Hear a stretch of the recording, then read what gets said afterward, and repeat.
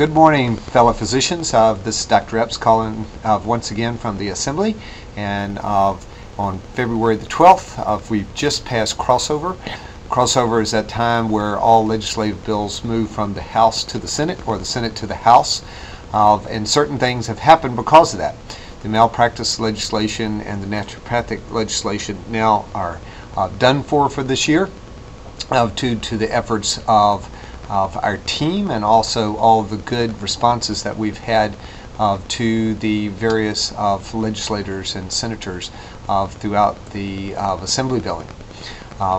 We have a couple issues that are being worked on during this crossover time, that the smoking legislation as well as the budget issues are being debated.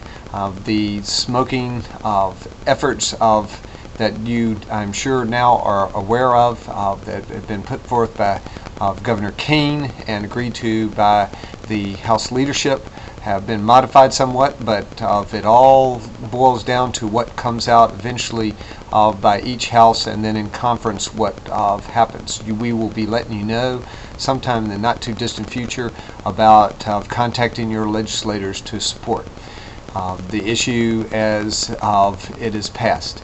The same thing goes for the budget issues. A lot depends upon Medicaid funding because of what the economic stimulus plan and relief for the states that comes down from the federal government. The House in its initial budget did not have any physician cuts. However, the Senate did have a 3% cut to Medicaid providers. We have been assured that potentially this will go away depending upon the economic stimulus, but as usual, the devil will be in the details. And really, for right now, with crossover, it's pretty quiet here as things get ramped up again, and we will have much more to talk about next week. I would encourage each of you to put on your calendars for next Wednesday, the 18th, of our legislative reception. It'll be at the Library of Virginia, right across from the Assembly building on Broad Street. We have a briefing at 5:15. So to bring you up to date on the issues as they stand at that very time in that afternoon, and the receptions from 6 to 8.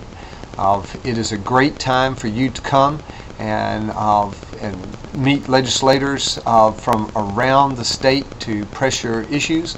I encourage each of you to contact your legislator, whether it be an assembly member or senator, to be there so that you might make a personal house call on them at the legislative reception.